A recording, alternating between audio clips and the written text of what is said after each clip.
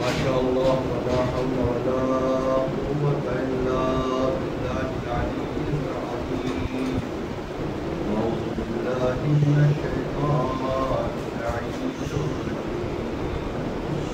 حسبنا الله ونعم الوكيل ونعم المولى ونعم النصير.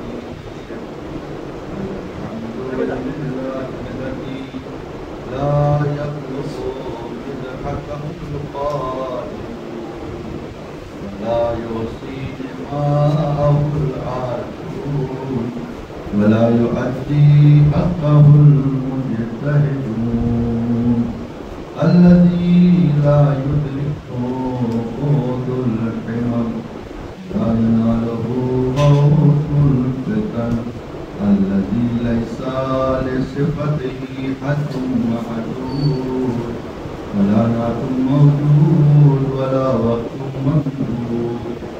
قتل الخلائق بقدرته ونشر الرياح برحمته ووتدا بالصخور ميدان أرضه.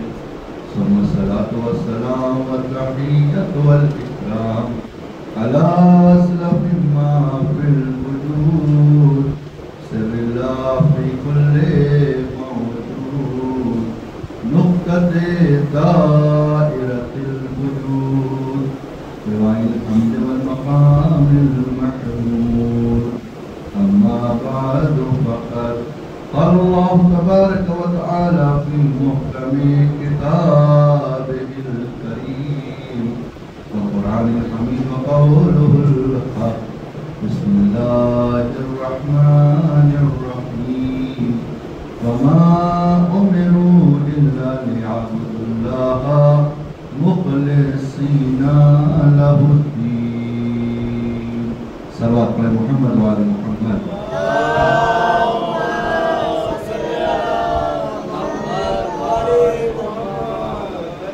اذان محترم سامعین کرام، عزاداران مظلوم کربلا،